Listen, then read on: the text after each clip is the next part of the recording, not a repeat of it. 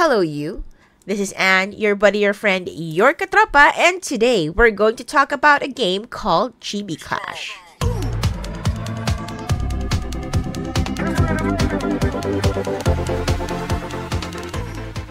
Okay guys, so Chibi Clash is a game that's being developed by Kuma Games Inc., which is a gaming developer that's based in Canada. Now, in development na yung game since 2021, but this year, they are actually launching yung gaming universe nila. So, back in 2021, the original concept was parang Auto Battler 1 game lang. But this year, there's gonna be a multitude of games under the Chibi Clash umbrella. Now, let's take a look at their website. No? So, this is the website. I'm gonna put the link in the description box down below. So, when you go here, makikita mo dyan, Enter Kingdoms. No? So, when we enter kingdoms, makikita natin yung mga parcels of land. So, isa sa kasi sa mga games nila is a land ownership game which they call Chibi Kingdoms. So, this is gonna be the main game or the meta game ng Chibi Clash where all their games is gonna be interconnected and linked. So, this is a preview of what it looks like. Kung makikita nyo, may mga parcels of land na pwede nating makita dyan. So, eventually, pwede i-upgrade yan. May component din ng AI dito, guys, na later on i-introduce sa game wherein every time you upgrade your land, nagbabago siya according sa decisions na gagawin mo in-game. So, very exciting yan. Abangan natin yan. And papakita ko yan sa inyo once na launch na yung feature na yan. But for now, guys, ito yung preview lang nung Kingdoms. So, now to get started in the game, all we need to do is to create an account. So you can actually create an account using Google, Apple, or even your email address. It's easy as that. Just log in and then it's going to create an immutable passport for you para malaro mo na yung game. And once may account ka na, you can click on the castle here in the middle called Tower of Ancients. So, click mo lang yan.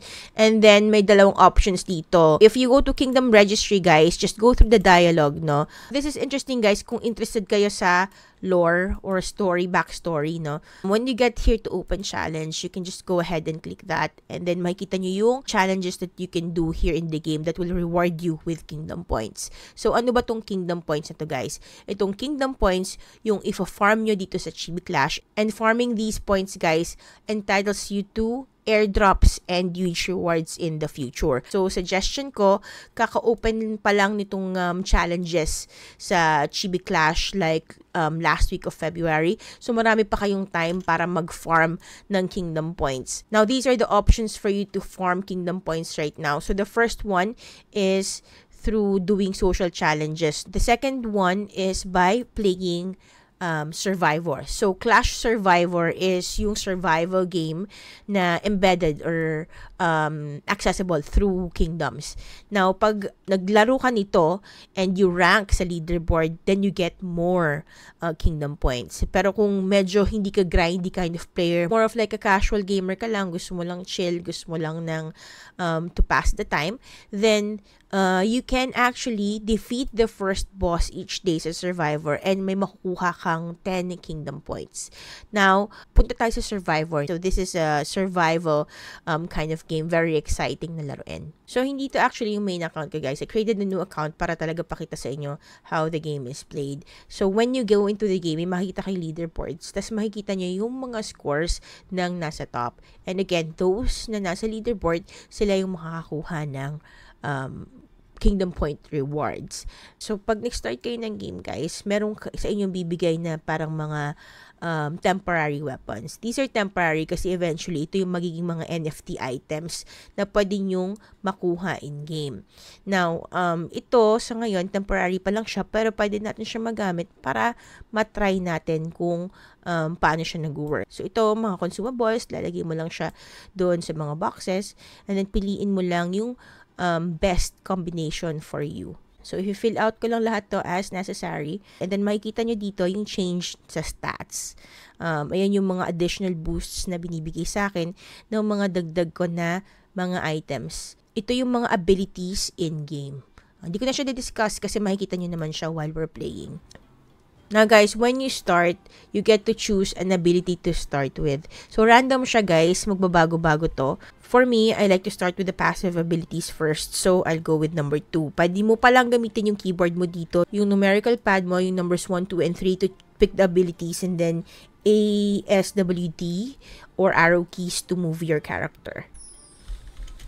You can actually also use the mouse para piliin yung ability na gusto mo.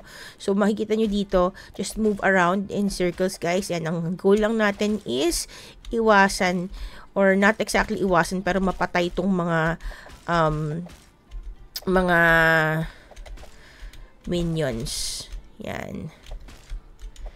Goal natin is to accumulate as much points as possible and to survive as long as possible. Yan.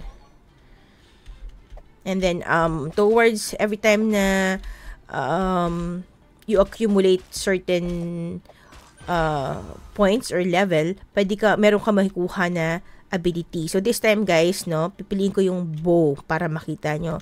Ang gusto kong mga ginagamit dito is yung bow and yung mga passives. Kasi yung bow, ranged attack to. Ranged attack. Yan, nakikita nyo, diba? May mga projectile missiles akong, tinothrow. Yan. So, sa passive muna tayo para papalakas tayo dyan. So, depende kung anong strategy ang gusto mong i-build. So, the idea is that hindi ka nila mapatay. So, survive as long as you can. Patay mo yung mga minions para you will gain points. At the same time, merong mga bosses dito, guys. May makita nyo. Yun yung isa sa mga goal natin na mapatay, no? Yung first boss, pag napatay natin, ayan, yan yung boss. Makita nyo yung dragon. Yan, boss yan. And then, may mga lumalabas ng mga ice din dyan. Try din nating iwasan yan. Ayan. So, nakita nyo meron akong sword. I like this sword ability, pero para sa akin, hindi siya ganun ka-useful. Gusto ko lang sa inyo pakita yung sword kasi cool siya. Ayan. So, when you kill this first boss, ayan, automatic, meron ka ng 10 kingdom points. Okay, ayan. So, kunin nyo lang tong mga crystals dito. Ayan. Kunin nyo lang yan to get more points. Yan. Itong ticket na to, guys, ayan, lalapit sa inyo lahat ng mga, mga crystals. And then, itong mga treasure chest, guys, open nyo lang siya, may makukuha kayong mga dumpling para ma-increase yung health nyo. It's either you get like the crystals for additional points or makukuha yung dumpling para ma-increase yung health points ninyo. Ayan, yung dumpling, guys, oh. So, makita nyo, bawas yung health ko, kukunin ko yung dumpling. Ayan.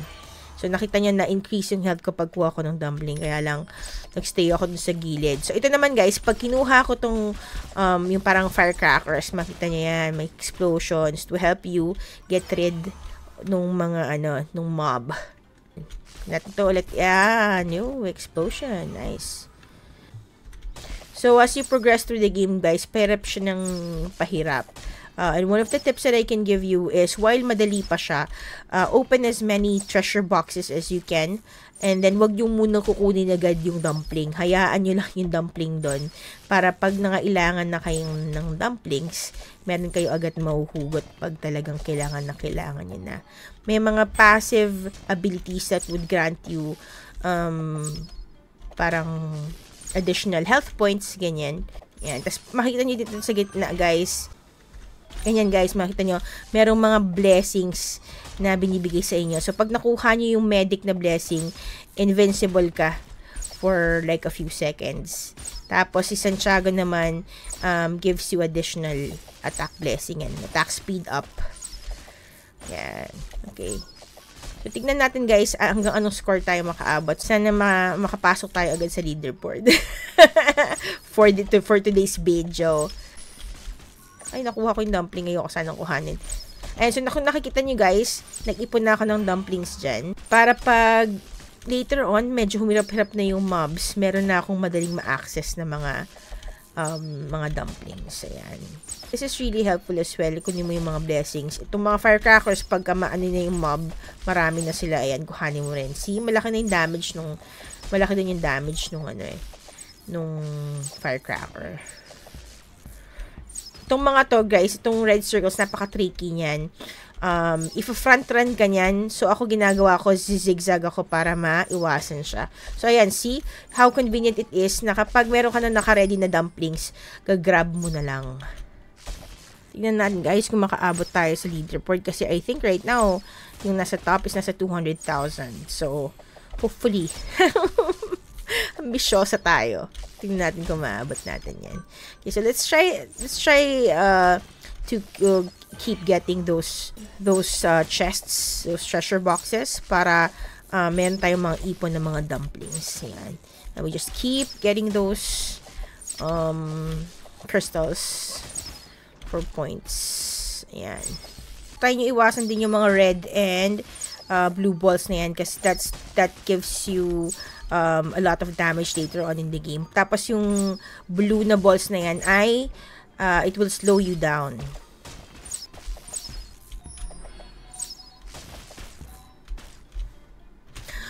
Oh no. Ayan na. So, 71,000 lang yung naabot natin. Pero, very addictive tong game na to. I'm definitely gonna be playing more to try to get into the leaderboard and then update ko kayo after a while kung ano nangyari. Ayan. So, I hope guys na nag-enjoy kayo. And if you like this video, please make sure to follow for more.